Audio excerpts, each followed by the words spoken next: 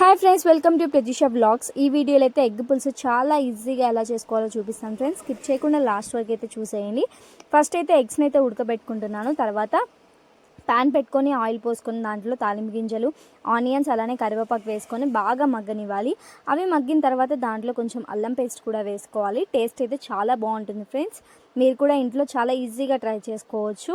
ఇవి మగ్గిన తర్వాత దీంట్లో ఒక్క టమాటా మాత్రమే వేసుకోవాలి, ఎందుకంటే ఎక్కువ పులుపు వచ్చేస్తుంది కాబట్టి.